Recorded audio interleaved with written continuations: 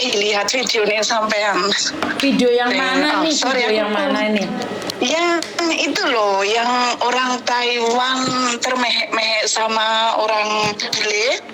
Oh, termehek-mehek itu. 8 jam yang loh ya, 8 jam lalu. Kok jadinya jengkel aku banget.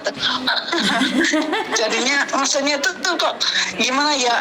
Ya gimana, aku juga pernah di Hong Kong 13 tahun ya. 2002 sampai 2015 ya, pengalaman udah banyak lah yang, tapi cuma 2 majikan 4 tahun sama 9 tahun waktu itu. Terus ya kenal sama orang Swedia itu juga di internet. Ya memang sih seorang kadang kan macam-macam tuh ya, ada yang bagus, ada yang enggak. Itu perjalananku ya memang gimana ya, susah gitu loh intinya.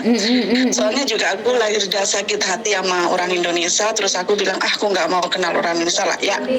Pernah juga mau ngerasain bunuh diri saat cintanya gitu. Terus? Tapi kan ya aku masih ingat ya, apa namanya, aku punya Tuhan yang aku sendiri agama Islam, jadi aku percaya walaupun nggak jalanin sholat 5 waktu, tapi kan orang beda-beda gimana cara berdoanya gitu kan. Terus ya orang itu kalau punya masalah memang harus mendekatkan diri kepada Tuhan yang Maha Esa, karena semua itu kita akan kembali ke sana intinya. Terus waktu itu aku kenal lah bule, macam-macam bule di internet. Tapi ya aku mau anak-anak yang kenal itu ya, kalau bule itu nggak pernah yang namanya minta uang, walaupun mereka itu bule nggak punya ya. Mereka itu nggak bakalan punya uang, nggak bakalan aku transfer ini, terus kamu harus bayar biaya ini, itu nggak ada yang namanya kayak gitu gitu loh. Terus bule itu intinya nggak suka ngerayu-ngerayu. Kalau memang teman-teman di Hong Kong itu kenal bule yang suka merayu, itu kayaknya bullshit gitu loh. Soalnya bule itu kalau enggak iya gitu intinya. Oke. Ini cerita dari Swedia ya? Kamu di Swedia Mbak ya? Iya. Jadi aku orang di Swedia udah 8 tahun lah di sini. Oke, dari Swedia sudah 8 tahun. Minyak bawa pulang Mbak? Jadi dari Swedia sudah berapa tahun di Swedia? 8 tahun Mbak, 2015 akhir tanggal Desember itu aku terbang ke sini. Terus aku ketemu suamiku aja 2 bulan langsung aku di itu kan. Aku kenal kayak semua orang itu nggak nyangka aku 4 bulan kenal suamiku langsung menikah. Waduh, jodoh ya? Sudah ada tulisannya ya? Iya, waktu itu aku kenalnya Juli 2014. Terus aku bilang sama suamiku, aku nggak di chat gitu ya. Aku di sini mau cari serius. Kalau kamu cuma memang mau berteman, kita cuma gimana dalam chat, kita cuma ngomong pertemanan. Kalau keseriusan kita keluar dari chat ini, karena aku nggak suka sesuatu yang bullshit, aku bilang gitu kan. Terus ya gitu langsung oke, kita keluar chat. Terus 2 bulan dia datang ke Hong Kong ketemu aku, dan alhamdulillah bosku itu baik banget. Aku diizinin libur ketemu dia, jadinya aku pergi gitulah, dating lah sama dia. Terus setelah itu juga dia ngelamar aku. Setelah ngelamar aku Desember kita nikah, jadinya sama tahun. Jadinya Oktober pas ulang tahunku dia datang, Desember dia kita nikah di Hong Kong, di Merit Register Hong Kong. Oke. Terus jadinya singkat banget. Terus tahun 2015 bulan Oktober dapat visa, terus aku ngembri ke bosku, terus aku terbang ke Swedia gitu langsung sampai saat ini. Dan namanya orang ya, makanya sebenarnya kalau kayak mbak-mbak itu sebenarnya banyak mungkin aku cuma TKW ini. Sebenarnya kalau di mata bule itu memang nggak ada mereka memandang rendah siapa kita. Dia akan memandang kita itu di dipandang gimana ya, dipandang akan kayak emas kalau kita itu mau bekerja. Intinya kita itu nggak mengharapkan sesuatu dari orang lain gitu loh intinya. Jadi janganlah kayak minder lah jadi orang gitu kan. Terus ya perjalananku di sini sih memang sekolah bahasa gitu. Setelah alhamdulillah sampai sekarang karirku bagus. Aku jadi manajer di sebuah restoran cepat saji gitu kan. Tapi ya makanya ya aku cuma pengen ke teman-teman itu gimana ya, jangan kalau udah lihat mau, ya memang aku dulu banyak lah orang yang mau nikah sama bule gitu. Tapi kalau memang itu udah bulenya, aku kirim uang terus ini kamu harus bayar ini, udah tinggalin aja. Itu sesuatu yang scammer. Soalnya aku juga dulu sering banyak kena scammer gitu loh Mbak. Tapi ya alhamdulillah ya aku nggak pernah sampai percaya kirim uang. Ini kok kadang biasanya oke, telepon video call, aku bilang gitu oke, video call. Tapi video callnya kayak sinyalku nggak bagus, ini aku di sini kayaknya bullshit deh. Di negara bule kan di negara Eropa, Amerika atau apa itu kan biasanya gimana ya, kalau di Indonesia masih pakai 3G, di Eropa udah pakai 4G. Di Asia pakai 4G, di Eropa udah pakai 5G gitu kan intinya. Jadi kayak impossible kalau bilang sinyal nggak bagus ini itu udah tinggalin aja, mendingan itu buang-buang waktu terus nanti ujung-ujungnya juga pasti uang gitu ya. Oke. Makanya Saman berbagi cerita nih. Iya. Iya, cuma kasihan gitu loh Mbak, anak-anak kayak ya namanya kadang orang keinginan itu memang kadang ya memang jadinya kebodohan kan kalau orang terlalu ingin terus kadang dibutakan dengan keinginan itu kan intinya gitu loh. Kadang kita kena scammer aja kita nggak merasa udah diingetin pun enggak, dia benar gini kok melihat YouTube-nya Mbak Yuni tuh aduh macam-macam ya, dikasih tahu kok masih ngeyel, kok masih percaya. Gimana sih, aku jadi jengkel sekali. Mau telepon Mbak Yuni, ini anak-anak gimana sih, udah nggak kerja di Hong Kong itu loh kayak gitu. Intinya 24 jam intinya kita kerja ya. Makanya ini pesan dari Swedia ya. Jadi ingin mengingatkan teman-teman yang lain bahwa jangan mudah percaya sama rayuan laki-laki, khususnya ujung-ujungnya uang. Bener nggak sih? Iya, ujung-ujungnya uang itu jangan sekali ya. Kalau bisa ya kita yang dikasih uang ya. Ya kalau aku dikasih uang dulu, aku pernah nggak sering sama cowokku orang Turki ya. Ya memang kita juga cuma chat. Aku benar-benar transfer ke tapi mereka nggak pakai rekening, pakai Western Union. Iya memang benar, aku nggak pernah ketemu dia, cuma chat. Memang dikasih, benar-benar dikasih Mbak. Soalnya dia pengusaha kayak pengusaha rokok, pengusaha kayak ada kerjasama sama Cina gitu kan. Terus ya memang aku nggak pernah ketemu, cuma chat 4 bulan cuma aku nggak suka soalnya kayak dikasih uang itu buatku bukan sesuatu yang wow, karena kayaknya itu hidupku itu di tangan orang lain gitu loh. Di bawah kontrol mereka. Iya, aku nggak suka. Apalagi kamu sekarang keluar sama siapa, pakai baju apa, ini kok hidupku kayak di penjara gitu loh. Karena dikontrol oleh orang. Terus aku kenal. Iya, benar. Terus sekarang aku sama orang Swedia kayak, honey, I want go somewhere. Okay, okay, have fun, gitu aja. Jadinya kayak karena aku menikah itu bukan menjadikan kamu budak aku. Aku menikah itu aku sayang sama kamu, mau hidup sama kamu gitu.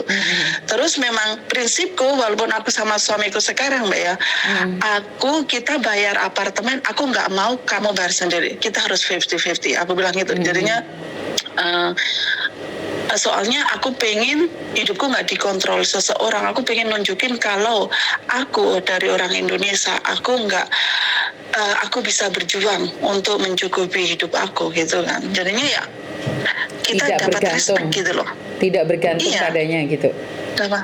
dapat ya gitu. Jadinya kan image kita ke orang sini itu kan juga bagus kan Mbak. Soalnya kan juga nggak banyak orang Indonesia yang di studio. Jadi aku nggak mau membuat image orang Indonesia di negara sini itu jelek. Oh ternyata nanti kalau umpamanya aku cuma harapin uang dari suamiku, intinya nanti orang ternyata nikah sama orang Indonesia tuh cuma suka uang ya. Ya siapa sih yang nggak suka uang? Tapi kan juga aku nunjukin sampai gimana ya, aku juga kerja, jadinya sampai suamiku sama keluarganya itu kayak gini, kok bisa ya Dwi itu di sini 8 tahun bisa jadi manajer gitu. Padahal bahasaku di sini kan harus bisa bahasa Swedia kan Mbak, bahasa Inggris bahasa nomor 2 kan. Makanya kayak aku sendiri nggak nyangka, dan aku sendiri itu nggak akan dari aku yang jadi pembantu rumah tangga bisa di sini jadi kayak posisi kayak gini gitu loh Mbak. Jadi ya semua itu sebenarnya kalau kita memang bekerja dengan sepenuh hati, yang jangan selalu gimana ya, melihat di atas terus. Maksudnya tanggung jawab lah intinya. Aku dulu di Hong Kong juga ya nggak langsung enak gitu, enggak ya, majikan cerewet apa, tapi kan kalau kita kerja sepenuh hati, terus percayalah kalau memang kita salah, bilang aja salah, jangan takut gitu loh. Aku lihat video-videonya Mbak kan selalu ngikutin kan, apalagi waktu kemarin aku cuti sakit 6 minggu itu, kadang jengkel, anak ini kok gimana sih, yang namanya kerja ya kayak gitu, mau langsung enaknya ya susah, kadang ini kok dibohongin kayak gini sih. Maksudnya itu kupikir kalau di generasiku dulu kayaknya orang kerja, anak kerja di rumah kita kayak bener-bener kerja, nggak bingung dengan HP, nggak bingung dengan apa gitu kan. Kalau sekarang udah, ya kadang itu bukannya aku bilang majikan, bukannya aku bilang mbak-mbaknya, tapi kayak gimana ya, kadang fokus kerja, fokus ke Facebook, kadang kerja fokus ke TikTok, kadang kerja fokus ke sosial media lah. Intinya pekerjaannya kayak diduakan kan juga nggak bagus kan. Soalnya kedisiplinannya itu kayak udah nggak ada gitu. Maaf Mbak Yuni ya, langsung terocos aku. Enggak apa-apa, soalnya kenapa, sekali lagi buat pengalaman nih teman-teman, kan hidup itu penuh dengan proses. Begitu juga dengan kamu, sebelum kamu menikah sama orang Swedia, kamu menerima malapetaka, teguran, bahkan air mata yang tiada henti, tapi kamu sanggup melaluinya. Pada akhirnya kamu mendapatkan apa yang kamu impikan. Benar nggak sih? Iya benar, makanya itu juga janganlah mengeluh, ya boleh mengeluh dalam hidup ini, tapi semua itu mesti ada titik terang di apa namanya di depan gitu loh. Betul, intinya. Betul. Makanya kan ya gimana, itulah lika-liku kehidupan gitu ya. Makanya kalau kita nggak kuat gitu, kadang juga mesti ada celah lah. Ibaratkan rumah mesti ada jendela, ada pintu kan intinya. Ya tergantung kita aja kuat enggaknya gitu. Betul. Makanya ya gimana ya? Lagi sibuk Mbak Yuni?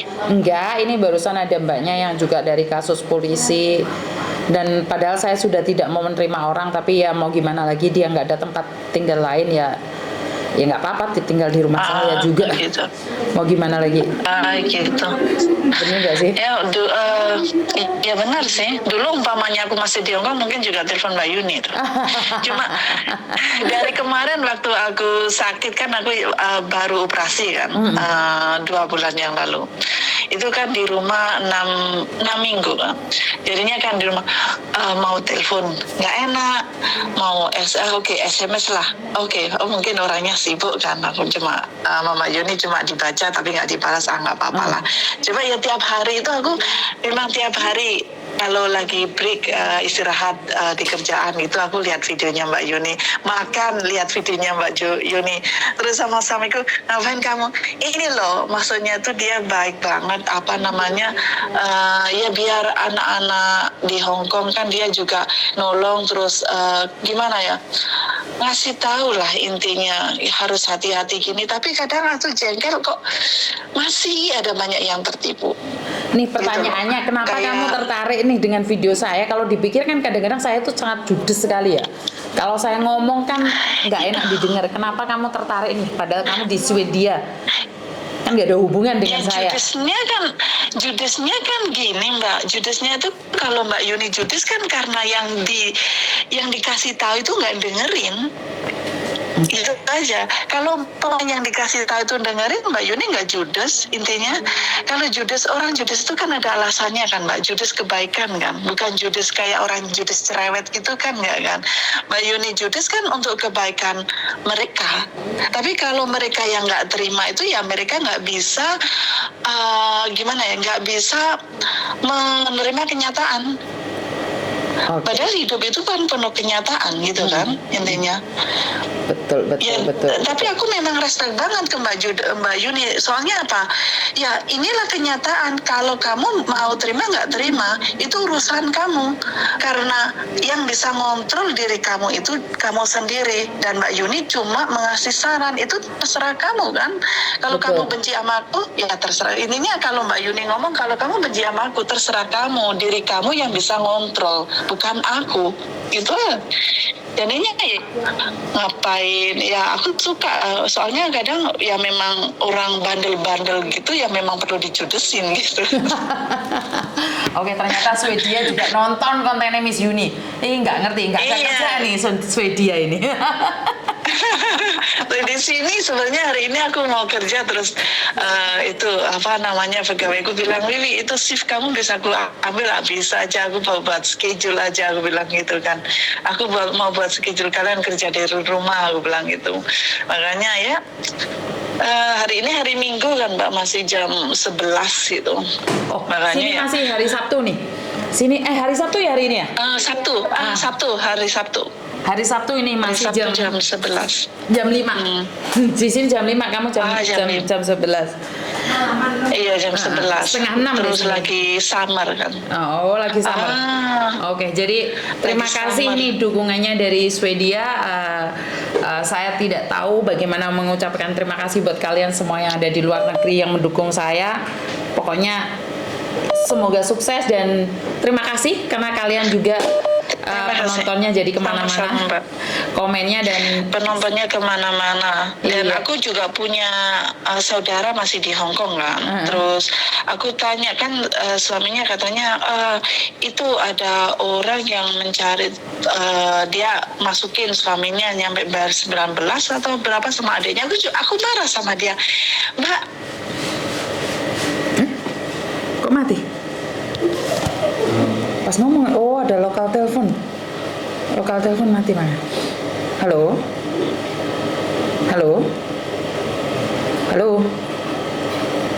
kita joli tom hãy thanh tiền vào mà cô. Đây có smart tuh pintu.